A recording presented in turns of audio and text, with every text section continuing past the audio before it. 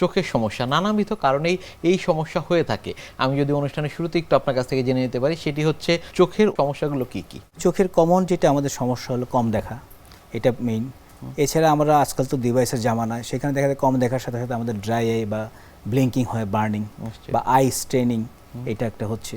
এছাড়া আমাদের চালসে যারা দেখা যাচ্ছে সবই ভালো দেখে, ডাক্তার সাহেব কাছে এখন একটু আমাকে মোবাইল দেখা বা সাইন করতে সমস্যা হচ্ছে, এটা একটা সমস্যা। মাইগ্রেনের একটা সমস্যা যেটা আমাদের চোখের ক্ষেত্রে হয়ে থাকে। ক্যাটারেক্টের সমস্যা, আবার ডায়াবেটিক পেশেন্টদেরকে ডায়াবেটিক রেটিনোপ্যাথি, যেটা আলটিমেটলি দৃষ্টিশক্তি যায়।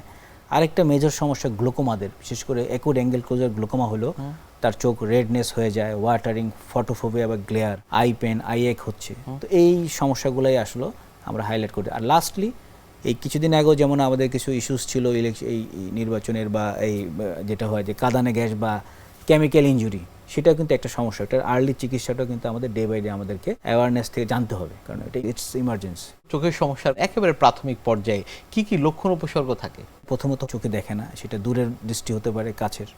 তার একটু ওয়াটারিং হতে পারে, আই স্ট্রেনিং, চোখ ব্যথা, তার কপালে দেখো দিন শেষে তার কপাল ব্যথা করছে, মাথা ব্যথা করছে, ঘাড় ব্যথা করছে, তারপর রোদে একটু ফটোফোবিয়া হচ্ছে, এই জিনিসগুলো, এবং সেই সাথে সাথে তার হেডেকও হচ্ছে।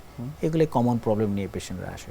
অনেকের ক্ষেত্রে আমরা দেখি যে আঘাতজনিত ত্রুটি রয়েছে, সেটি আসলে কেমন হয়ে থাকে, কি করণীয়? আমরা তো অহরহ কেউ ফুটবল খেলতে, ক্রিকেট, আবার এখন আমাদের শীতকাল চলে আসছে, আমরা ব্যাডমিন্টন খেলি অহরহ, কর্কের একটা বাড়ি চলে আসছে চোখে।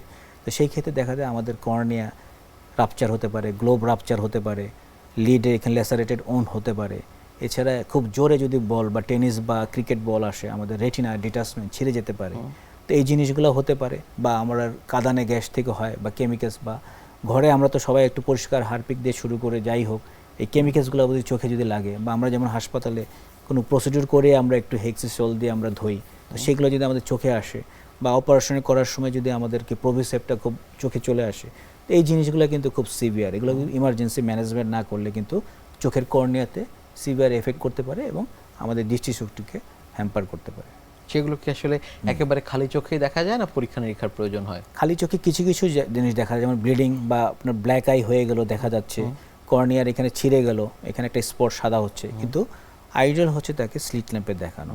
কাজে যেখানেই যদি কোনো দূরে থাকে বা কোথাও থাকে, আগে কেমিক্যালস বা কিছু পড়ে গেলে ম্যানেজমেন্টও আমি এখানে একটু ট্যাগ করে দিচ্ছি, থোরলি ওয়াশ দিতে হবে। যদি পারা যায় টেপ ওয়াটার না দিয়ে খাবার পানি বা ফিল্টার ওয়াটার দিলে তাহলে কি স্টেরাইল বা স্যালাইন পানি। আর যদি না করি, আমরা যদি আশেপাশে কোনো পানিও থাকে, আমাকে ওয়াশ করে নিতে হবে। সেক্ষেত্রে করে কোনো একটা ব্যান্ডেজ বা কিছু করে চক্ষু বিশেষজ্ঞ শরণাপন্ন হতে হবে।